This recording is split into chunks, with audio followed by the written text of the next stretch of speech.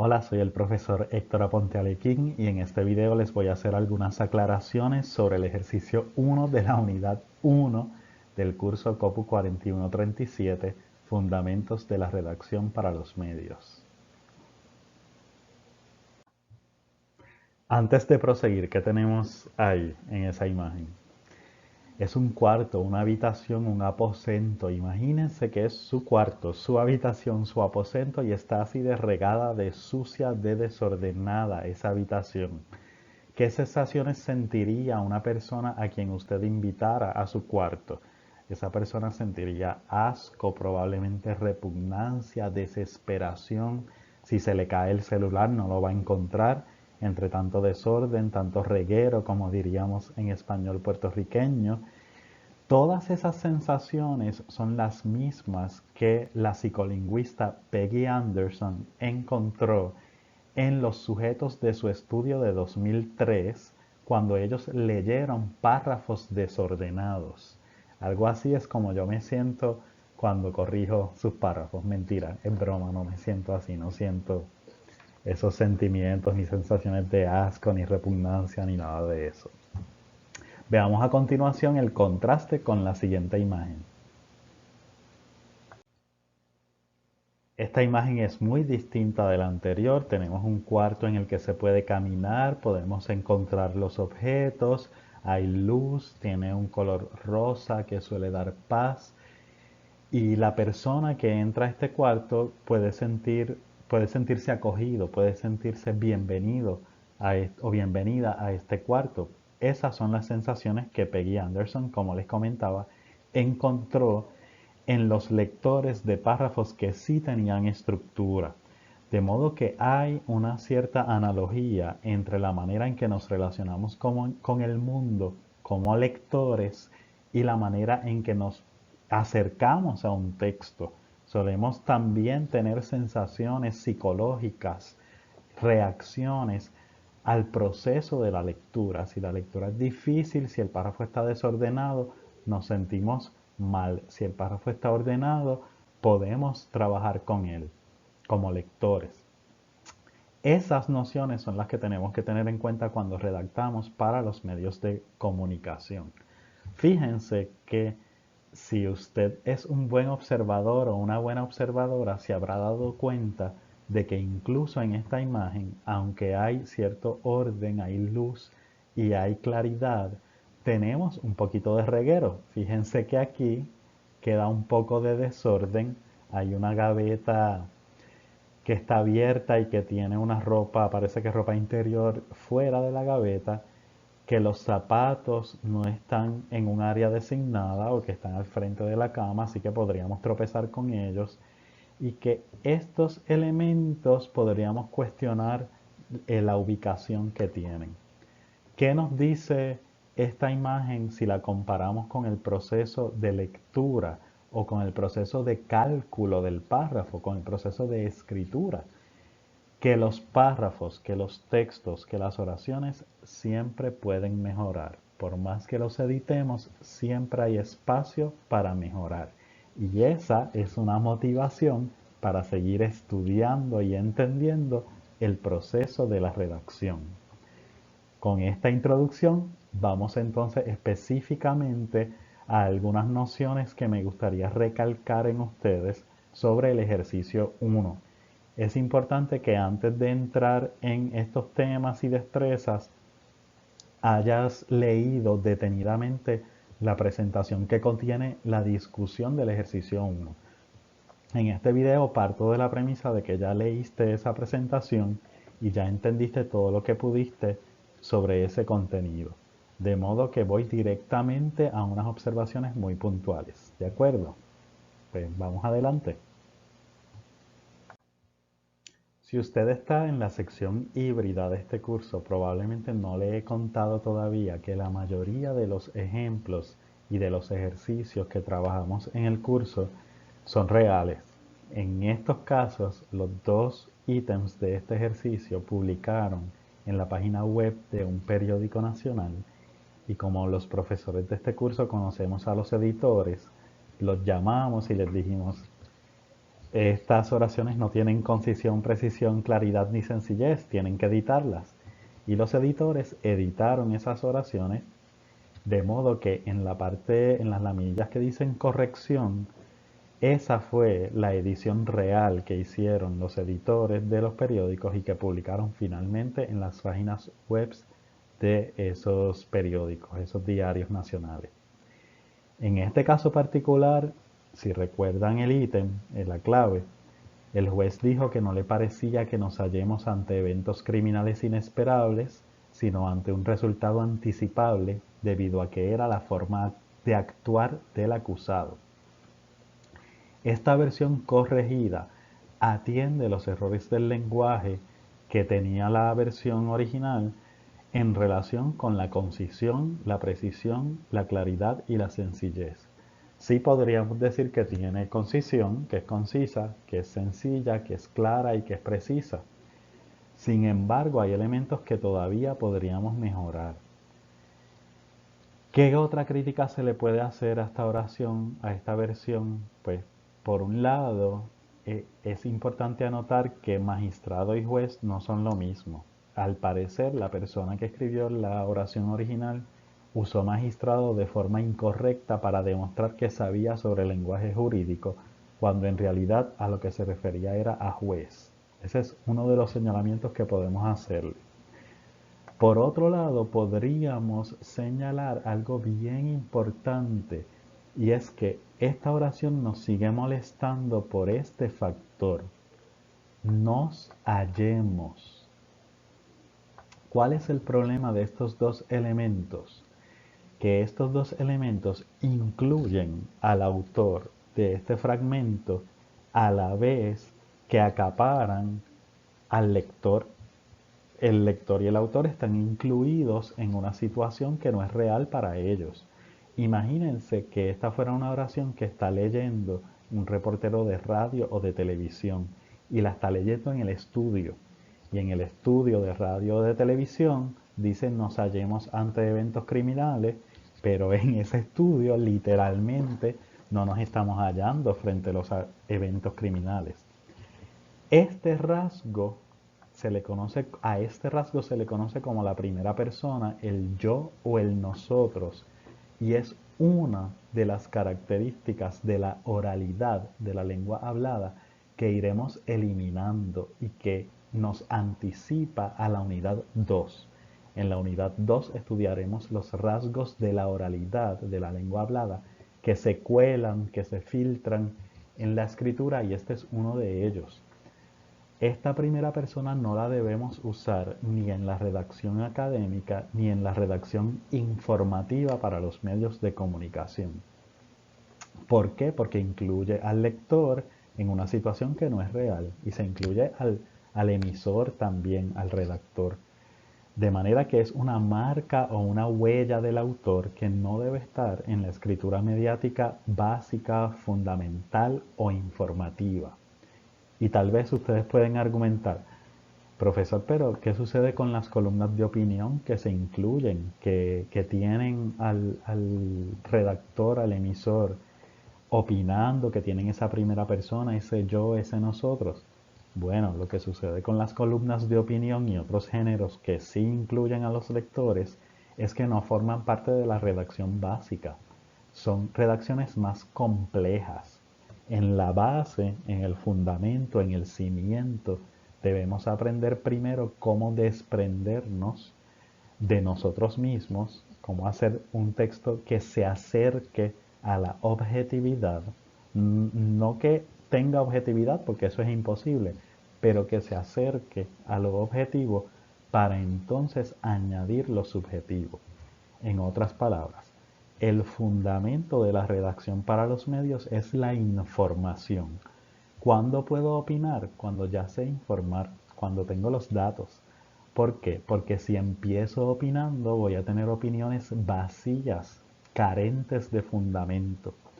Por todas esas razones teóricas que vienen de la teoría informacional de la comunicación, la escuela informacional, es que en un primer plano, en una primera base, este elemento de la primera persona lo eliminaremos de la redacción para los medios y también de la redacción académica. Por lo tanto, en el primer paso, en el paso 1 de este ejercicio, que ustedes redactan un párrafo, no debe estar esa primera persona. No deben decir, podemos ver en la oración, hallamos en el texto que no se entiende o no podemos entender.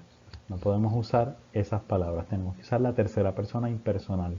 Se observa, se manifiesta, se presenta, etc. De modo que este es un fallo que sigue teniendo esta oración. Fíjense que a pesar de ser concisa, precisa, clara y sencilla, tiene una filtración de la oralidad, la primera persona. Otro fallo, vamos a ver si busco un color que no sea rojo, es la estructura acumulativa. ¿Qué sucede si estuviéramos escuchando esta oración en radio o en televisión? El juez dijo que no le parecía que nos hallemos. El juez dijo que no le parecía que nos hallemos. El juez dijo que no le parecía que nos hallemos. Esa estructura que hace un brinco en la lectura representa la sucesión de una secuencia encima de otra. Entonces, estamos sumando y sumando estructuras lingüísticas, lo que provoca un efecto desagradable en el lector que lo lee, pero también en la persona que lo escucha. ¿Recuerdan la foto que acabamos de discutir del cuarto regado y el cuarto ordenado? Pues este sería un caso de un poquito de reguero cuando acumulamos los datos. Esto tampoco lo podemos hacer en la respuesta del paso 1. Muchos de ustedes fueron ambiciosos y trataron de discutir todas las características en un solo párrafo de 5 oraciones. No lo puede hacer, tiene que jerarquizar, tiene que escoger una y fundamentarla bien, discutirla exhaustivamente. Si intenta de discutirlas todas, usualmente lo que se genera es un párrafo que parece una lista de bullets, una oración detrás de la otra sin transiciones. Algunos escribieron en el ejercicio, la oración carece de sencillez porque tiene palabras complicadas como magistrado. También de claridad porque no se entiende, bla, bla, bla. No puede ser así porque tendríamos esto mismo, una estructura que se acumula, que se suma a la otra y que hace que el párrafo o la oración pierda fluidez, pierda ritmo. Este tipo de situación, esa repetición de sonidos o de palabras, puede darse en la poesía como recurso literario para llamar la atención o la reflexión o el placer del lector o quien escucha o de quien escucha. Como el poema que enuncia la célebre frase, un no sé qué que queda balbuceando.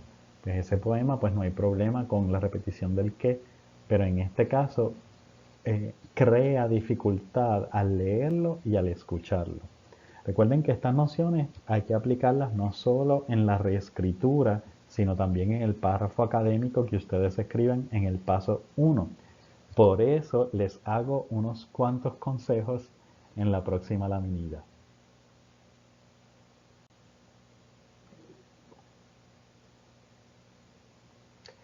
En sus respuestas tiene que evitar la primera persona y las anécdotas.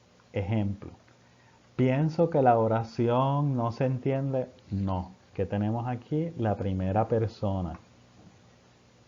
La tuve que leer varias veces y ¿qué me importa como lector que la tuviste que leer varias veces? Esto es una anécdota personal que dice algo sobre tu experiencia académica que al lector no le interesa. Al lector le interesa el contenido de la discusión que tú harás sobre el error de esa oración estímulo. Podemos ver, eso nunca va a estar. ¿Por qué? Si escriben podemos ver, perdieron todos los puntos de redacción. Porque en esta frasecita que parece inocente tenemos 3 errores de redacción. La primera persona, tenemos una falta de precisión, ver qué, que es el verbo ver. Es un verbo muy general, tiene que ser específico. Se presenta, se evidencia, se muestra, se demuestra, se explora, se expone, etc. El verbo ver es muy impreciso, muy general.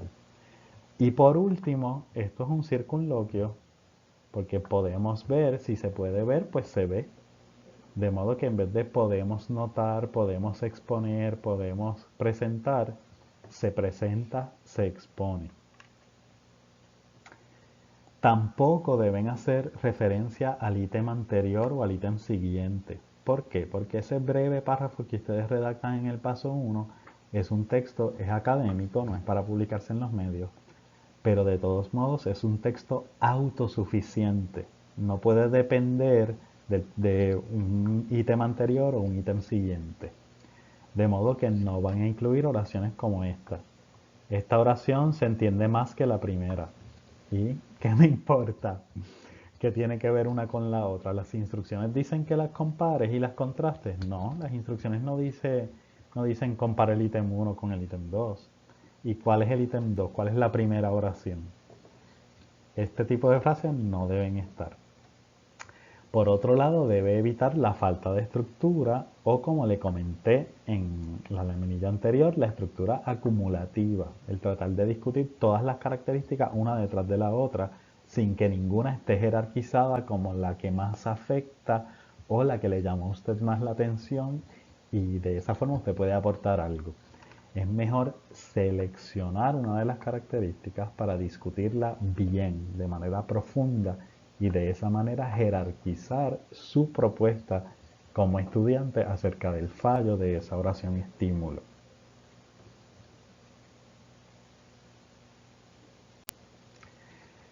Ya aprendidos u obtenidos esos consejos, vuelvo a este párrafo, reléanlo, ya lo vieron en la presentación.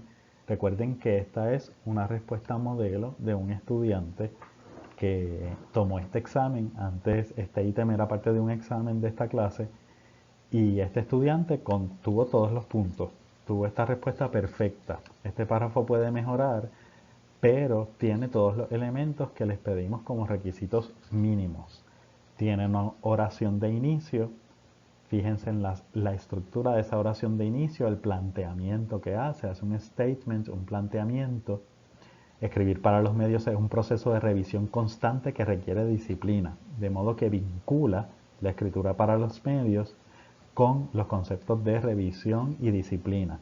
Y en la oración de cierre reitera esas nociones, pero con otras palabras. No repite la oración de inicio, sino que ¿qué es disciplina y qué es revisión? Pues relectura y reescritura habrían asegurado un uso más efectivo del lenguaje. Fíjense cómo este estudiante jugó con esas nociones para producir un statement que reiteró al final, un planteamiento, y cómo ese planteamiento general se reitera. Al principio se presenta como propuesta suya y al final se presenta como resultado o consecuencia de lo que ya discutió en todas estas oraciones de desarrollo. Dañé un poco el párrafo, pero ni modo, seguimos discutiéndolo. En las oraciones de desarrollo, y a esto nos referimos con estructura, observen que este estudiante contestó los requisitos. La oración presentada sirve como ejemplo de un texto que no comunica. Ya tienen los dos puntos de decir que no comunica. Una característica de los mensajes mediáticos, la sencillez. Mencionó la característica de manera coherente. De acuerdo con Stovall, citó a Stovall. De Stovall es que sale el marco teórico que se discute. Evidente juicio a priori, génesis mediática, ya tiene los puntos del ejemplo. Carecen de valor informativo porque son poco familiares, y ya tiene la mención de la técnica que te lleva a la característica de sencillez, que es el uso de palabras familiares, que en este caso no se siguió. Importante, no pueden plagiar esta oración de inicio ni esta oración de cierre, no la pueden copiar porque si no sería plagio. Las técnicas, las características no tiene que decir literalmente, no comunica, no sigue la técnica, no sigue la característica. Fíjense cómo este estudiante lo dijo de manera indirecta y cumplió con el requisito. De hecho, es mejor que lo hagan de manera indirecta porque esa es la parte que es original en su redacción académica. En este caso, ella no dijo, no usó la técnica de palabras familiares, simplemente dijo porque son poco familiares, o expuso esa frase, y al exponer esa frase ya cumplió con ese requisito de la pregunta. ¿Qué le pasó a ella? Ella tiene su oración de inicio, tiene su oración de cierre y en 4 oraciones contestó toda la pregunta. ¿Cuál es el mínimo? 5. Pues para cumplir con el mínimo de oraciones, muy estratégicamente, y esto es lo que significa articular y estructurar una respuesta, esta estudiante integró un comentario adicional relativo a otra característica, la claridad. Como es un comentario adicional, es una ñapa, como yo le llamo, o es la milla extra, no necesariamente tiene que discutirla exhaustivamente, no tiene que entrar en el detalle, porque es algo adicional que ella está aportando. Fíjense la ubicación, la coloca antes del cierre y después que terminó el desarrollo de la respuesta. Y no la coloca de la nada, no sale de la nada. Para que tenga fluidez usa una palabra de transición. Esa palabra de transición es clave, es indispensable. En este caso ella usó asimismo, sin tilde, sin acento y juntito, soldado. Cuando está escrito de esta manera, asimismo es un sinónimo de además o también. Además, la sintaxis del texto produce ambigüedad, bla, bla, bla. Ese comentario es importante la manera en que lo organizó. De ese comentario es importante la manera en que lo organizó porque nos da un ejemplo de cómo estructurar sin dañar la coherencia del párrafo. Esta no es una oración que se sale del tema, no es un cambio de tema sin enlace. Hay un pequeño cambio de tema de sencillez a claridad, pero ambas tienen que ver con su oración de inicio y su oración de cierre. Y además tienen un enlace adecuado, que es el uso de la palabra de transición a sí mismo. Estudien, fíjense las técnicas que usó esta estudiante, cómo ella organizó su respuesta, que le valió ese perfecto de 23 de 23 en este ítem de su examen. No lo plagie, no la copie, pero verifique que le funcionó. Léala varias veces e intente practicar lo que ella practicó. En la corrección del paso 2, recuerden, como saben, ya leyeron la discusión, así que recuerdan la oración, cuál fue la edición. Tenemos el exrector del recinto de Río Piedras de la Universidad de Puerto Rico, Carlos Severino, sostuvo que el informe miente, muestra prejuicio y se fundamenta en una conspiración que se formó en los medios. Nuevamente tenemos una oración concisa, precisa, clara y sencilla, a la que sin embargo le podemos criticar el uso de que miente y muestra prejuicio, porque ¿quién miente y muestra prejuicio? El informe, y el informe tiene boquitas y caritas para mentir con su boquita así, como si fuera, yo me lo imagino como una caricatura, mintiendo. Y muestra prejuicio, no, el informe no es un ser vivo, por lo tanto no puede mentir y no puede mostrar prejuicio de manera literal.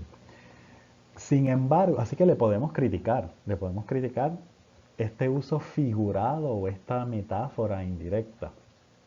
Sin embargo, aunque yo se lo critico, es una crítica que le podemos hacer desde el plano de la coherencia del párrafo. Recuerden que coherencia está atado a la conexión de ideas y cohesión a la conexión de palabras. Este párrafito tiene cohesión, pero no tiene coherencia en el pequeño sentido de que un informe no puede mentir literalmente. Sin embargo, como iba a decir, aunque es un poquitito incoherente, ese problema no es tan significativo como los otros problemas de lenguaje que tenía la oración original.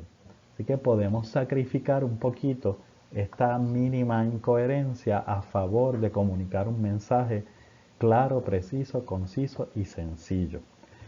Cuando sí encontraremos usos figurados problemáticos es en la unidad 2, ya mismo los vamos a estudiar, cuando abordemos una de las filtraciones de la oralidad, que es precisamente el uso figurado de adjetivos y adverbios. Si se fijan, miente, muestra prejuicios son verbos y al ser verbos se aminora el efecto de ese uso figurado e incoherente, de que un informe tenga boquita para mentir, pues es algo que podemos perdonar o excusar a favor de que la oración sea concisa, de que no digamos falta a la verdad de los hechos y lo reduzcamos a miente. ¿Por qué lo podemos hacer? Porque es un verbo. En la unidad 2, sin embargo, notaremos cómo esto sí se vuelve problemático, esta práctica de usar figuraciones, lenguaje metafórico, sí se hace problemática en los medios de comunicación cuando se usan adjetivos. Miraremos un ejemplo, por ejemplo, escuchen mi redundancia, no la imiten por favor. Cuando estudiemos el ejemplo o la ilustración acerca de un texto en el que se menciona un presupuesto anoréxico, queriendo decir que es un presupuesto con bien poquitos fondos. Eso no se puede hacer. Presupuesto anoréxico, ese adjetivo anoréxico, ese uso figurado, esa metáfora de que es un presupuesto que no come, que no recibe fondos, podría ser, podría pasar, podría ser útil en un texto literario, pero en un texto para los medios de comunicación es impublicable porque le falta a la sensibilidad ética del uso del lenguaje. ¿Qué sucede si hay lectores que padecen de la condición de la anorexia, que es una condición seria, que no solo es un problema individual, sino que se convierte en un problema social en muchas culturas occidentales? ¿Qué sucede si el lector se enfrenta a eso, se siente mal, se siente aludido, etcétera? Eso no puede pasar. De modo que en la unidad 2, fíjense que aquí excusamos un uso figurado, no es problemático que un informe mienta, versus presupuesto anoréxico, presupuesto flaco, que sí pueden tener consecuencias nocivas para la psicología del lector o la lectora. Y bueno, ya terminamos. Como recordatorio, miren las imágenes de el cuarto limpio, el cuarto regado y piensen siempre que este cuarto regado es muy similar al texto mal organizado y redactado de forma incorrecta. Cualquier pregunta, no olviden hacerla en los foros, visitarme en mis horas de oficina o escribirme al correo electrónico. Hasta luego.